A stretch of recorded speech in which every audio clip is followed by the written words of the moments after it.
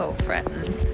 So, the technology gods decided that my check-in didn't need to happen, I guess, which is fine because they tend to get a little rambly as I do, and I realize that the overall reflective sort of energy of the Scorpio season meant that a lot of our episode is kind of a check-in and hopefully that's fine. I enjoy listening to those kinds of episodes because it's nice to feel a bit validated when I'm having similar experiences or encounters, or it's just interesting in the way that hearing about other people's lives is interesting to me. But with that said, we would like for this to be an educational sort of experience for all of you who are interested in learning more about the stars and our connection to energies of the earth and solar system and little things and big things like tarot cards and crystals and all of that fun stuff that gets labeled as woo.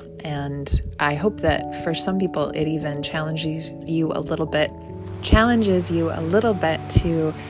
rethink your use of the word woo or even what that really means.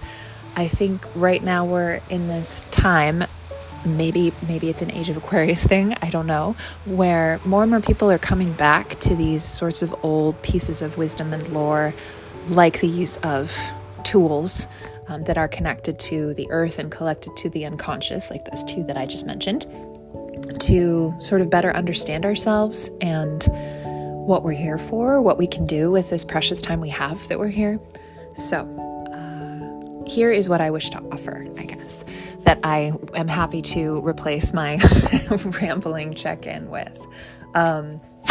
I personally have noticed that when the sun is in Scorpio, I just tend to get, and most people, we start to begin that like hibernation season a little bit. And you'll have to tell me if you live in the Southern Hemisphere, if this is true for you as well. Even though it's warm where you are, do you still feel like the need to kind of reflect on how the year has gone?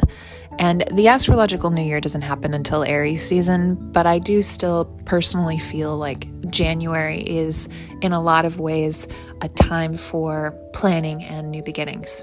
And well, that just makes sense, doesn't it? With a lot of January being Capricorn time.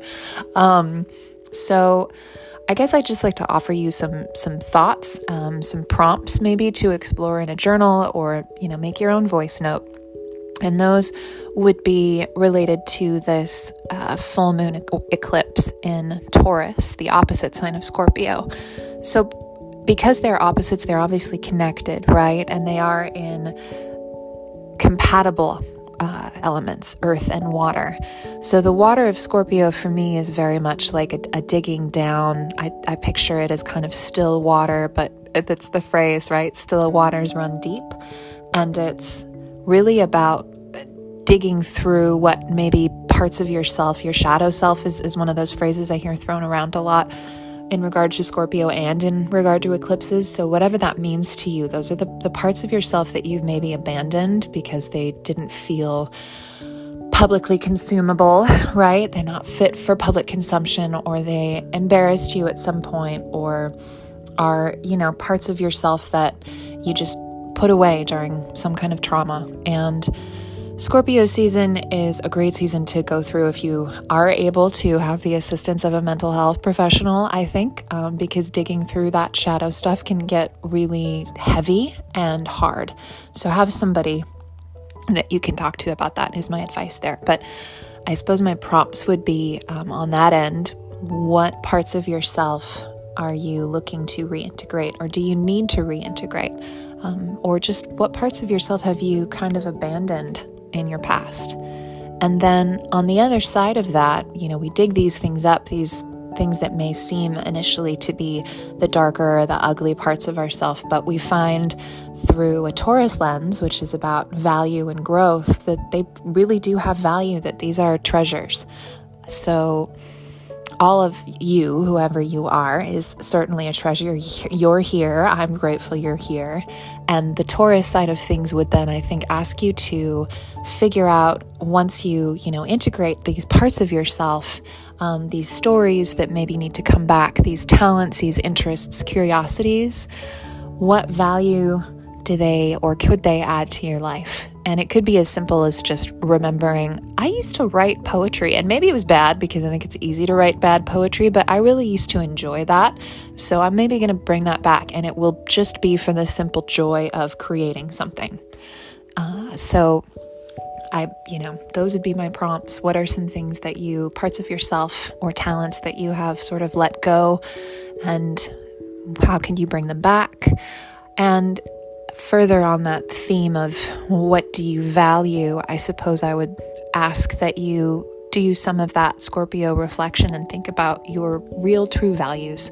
And it's okay for them to shift. It is fine to change your mind. I hope that whatever it is that you value can be more of a focus in your life if it hasn't been up to this point. And personally, I hope more of, my values around community can be coming to the forefront more in this new year, because I've done a lot of the self-work and I'm ready to, move that out and hopefully be of some help and some use and support to others, because just living in our own little zone of self-care, as important as self-care is, it doesn't really feel to me like a complete honoring of this sacred thing that is life, right? That we're here. It's kind of a miracle that you're here, fully, mathematical and otherwise. So I think there's probably more to that than just sitting in our own little windowless cubicles and working for ourselves. I think personally, that's just me. And that could just be, my own opinion, and maybe you disagree, but I think if you're listening, maybe not.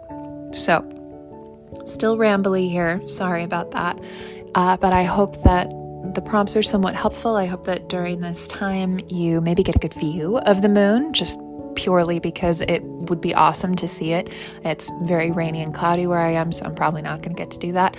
I hope you do, though, and I hope that you are able to get some real worth out of journaling about how you're feeling, how you're doing, what you're thinking about as we head into this next season of searching and adventurous and curious Sagittarius. Great time to start getting curious about, what you're curious about, what interests you. So with that, I'll say goodbye. And, for whatever you hear of the rest of this show, I do apologize for the horrible connection. I really don't know what happened there. All right. Take care.